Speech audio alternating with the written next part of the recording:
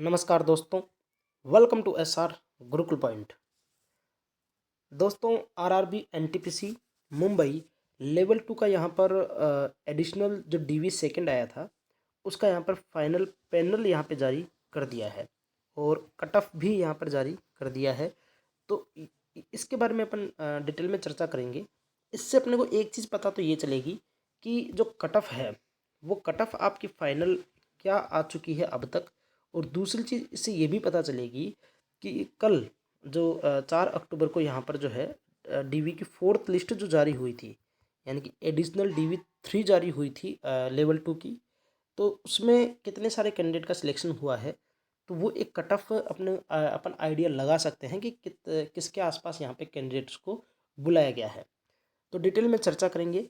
इससे पहले अगर आप चैनल पर नए हैं, चैनल को ज़रूर सब्सक्राइब कीजिएगा, वीडियो को लाइक कीजिएगा। कोई भी क्वेरी जाती है तो आप कमेंट सेक्शन में पूछ सकते हो।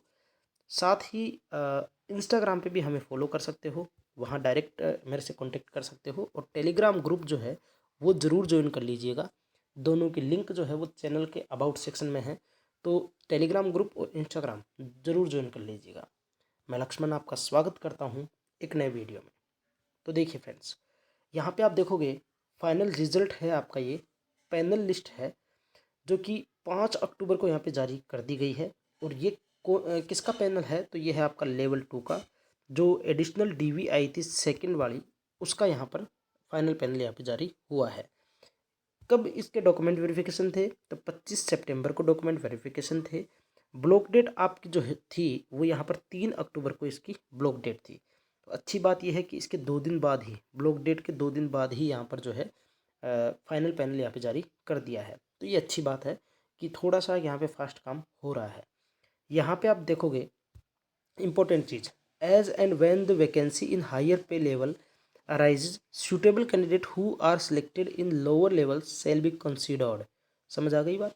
अगर कल को 6, 5 और 3 इन लेवल में अगर कल को वैकेंसी खाली निकलती है, लेवल 6 में, लेवल 5 में और लेवल 3 में अगर कल को वैकेंसी खाली निकलती है, तो लेवल 2 से कैंडिडेट जो कि इन लेवल में अगर एलिजिबल रहते हैं तो उनको यहाँ पर शिफ्ट कर दिया जाएगा। तो ये एक अच्छी बात है कि चलो लेवल 2 के जो बच्चे होंगे वहाँ पर और ज़्यादा मेरिट डाउन देखने को मिल जाएगी।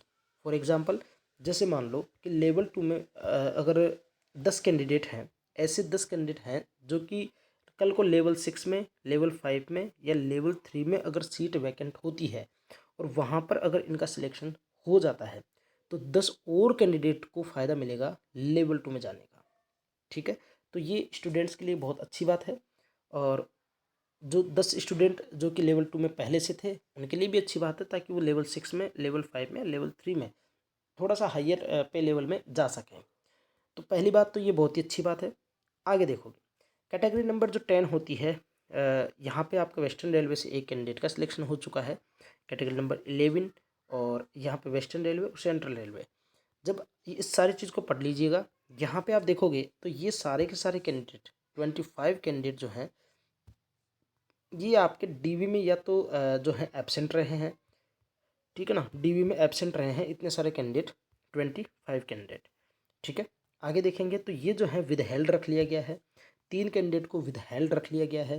4 कैंडिडेट्स को जो है अनफिट रख लिया गया है। 4 कैंडिडेट ऐसे हैं जो सभी लेवल के लिए कम्प्लीटली अनफिट साबित हो गए हैं, मेडिकली अनफिट, यानी कि उनको C2 मेडिकल स्टैंडर्ड भी नहीं मिला है।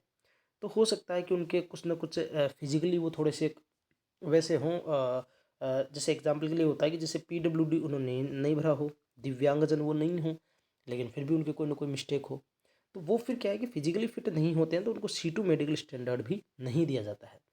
आइज़ का इतना मैटर यहाँ पे नहीं होता, C1 और C2 में आइज़ का इतना ज़्यादा मैटर नहीं होता है, क्योंकि काफ़ी सारे कैंडिडेट पूछते हैं कि सर जब C2 मेडिकल कैटेगरी है तो उसमें आइज़ का इतना क्यों लफड़ा रहता है। C2 मेडिकल कैटेगरी में तो बच्चा जो है मेडिकली अनफिट होना ही नहीं चाहिए, जबकि होता है। होता क्यों है, आइज़ की वजह से नहीं होता।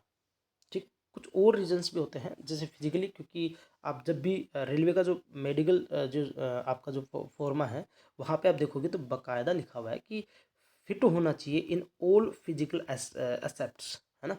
तो फिजिकल कंडीशंस जो होती हैं उनमें सब में वो फिट होना चाहिए। तो हो सकता है कि वो फिजिकली फिट ना हो। आगे देखोगे तो candidature of following is cancelled क्यों? क्योंकि एनओसी ये नहीं लेकर आए, सी हैज़ नोट, जो कंसर्न डिपार्टमेंट से एनओसी ये नहीं लेकर आए हैं, यानी कि ये कहीं और गवर्नमेंट जॉब कर रहे होंगे तो इन्होंने एनओसी नहीं दी है। एनओसी नहीं देने की वजह से इनका जो कैंडिडेचर है वो यहाँ पर कैंसिल कर दिया है। तो इस चीज़ का भी ध्यान रखें कि एनओसी आपको प्रोवाइड करवानी होती है। आगे आप यहाँ पे देखोगे ऑफर लेटर आपको मिल ही जाएंगे। अब बात करते हैं कट ऑफ के बारे में। कट ऑफ जो है आपकी कितनी हो चुकी है। कैटेगरी नंबर 10 वेस्टर्न रेलवे की बात करते हैं तो जनरल के यहाँ पर कुछ कैंडिडेट का सिलेक्शन यहाँ पे नहीं हुआ होगा, या फिर एक तरीके से ये है कि वैकेंसी ही नहीं होगी। एक बार चेक कर लीजिएगा आप।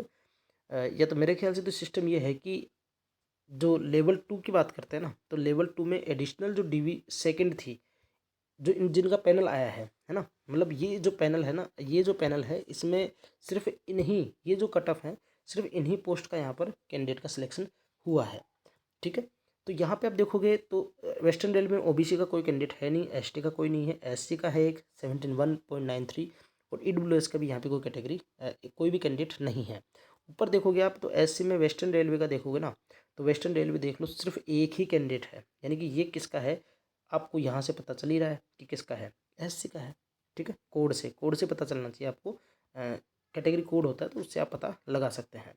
अब आप यहाँ देखोगे और आगे देखोगे, ये लास्ट कैंडिडेट का है ना, यहाँ पे कैटेगरी नंबर 11 देखोगे तो वेस्टर्न रेलवे में जनरल जो कैंडिडेट है, जनरल मतलब जो मतलब लोकोमोटिव नहीं है या, ठीक है, तो यहाँ पे देखोगे तो 78.99 है लास्ट कैंडिडेट का। सेंट्रल रेलवे में 78.99, ईडब्ल्यूएस में 76.63 ईडब्ल्यूएस में। ठीक है, कैटेगरी नंबर 11 में। कैटेगरी नंबर 13 में सेंट्रल रेलवे से जो है वो है 90.75। कैटेगरी नंबर 13 में सेंट्रल रेलवे से 90.75 है। कैटेगरी नंबर 13 मतलब ट्रेंस क्लर्क है ना। और बाकी आप देख लीजिएगा कट ऑफ को, यहाँ पे देखोगे तो ओबीसी का एसटी का है 81 के आसपास, और ओबीसी का 68 है सीआरएलडी के लिए, है ना, सीआरएलडी के लिए। सारी की सारी आपको अच्छे से पता है कि आउट ऑफ 120 मार्क्स हैं, तो ये आपकी कट ऑफ हो चुकी है। अब आप ये अंदाज़ा लगा सकते हैं कि जो एडिशनल डीवी जो थर्ड आई थी आपकी, यानी कि डीवी नंबर 4 जो आई थी आपकी, उसमें कितने कैंडिडेट्स को किस हिसाब से बुलाया होगा वो आप यहाँ पे अंदाज़ा लगा सकते हैं। तो ये था फ्रेंड्स आपके लिए एक इम्पोर्टेंट वीडियो, जो कि बहुत ज़्यादा क्योंकि काफ़ी सारे कैंडिडेट इसके बारे में बोल रहे थे कि सर कट ऑफ के बारे में एक बार थोड़ा सा डिस्कशन कर लीजिए। आई होप आपको सारी चीज़ें समझ आई होंगी। फिर एक बार कह देता हूँ, रिप्लेसमेंट आपका आएगा। रिप्लेसमेंट आने में आपको जब पैनल आ जाता है, जैसे कि पैनल आ गया आपका, आज आ गया जैसे 5 अक्टूबर 2023 को, तो ये कैंडिडेट अगर ज्वाइन नहीं करते हैं तो इनका पैनल कम से कम 5 अप्रैल 2024 से पहले नहीं आएगा, कम से कम। अब आप अंदाज़ा लगा लीजिए, सारी चीज़ों का आप कैलकुलेशन खुद कर लीजिए। ग्रेजुएट हैं आप सब, ठीक है। मतलब क्या हुआ कि विद इन 6 मंथ से पहले तो आपका पैनल जो है रिप्लेसमेंट नहीं आता है, ठीक है। तो जो पहले आया था उनका अब आने वाला होगा रिप्लेसमेंट, या फिर टाइम लगेगा भी क्योंकि 6 महीने चाहिए, है ना। सारी चीज़ें क्लियर हो गई होंगी। चैनल पर नए हैं तो चैनल को ज़रूर सब्सक्राइब कीजिएगा, वीडियो को लाइक कीजिएगा।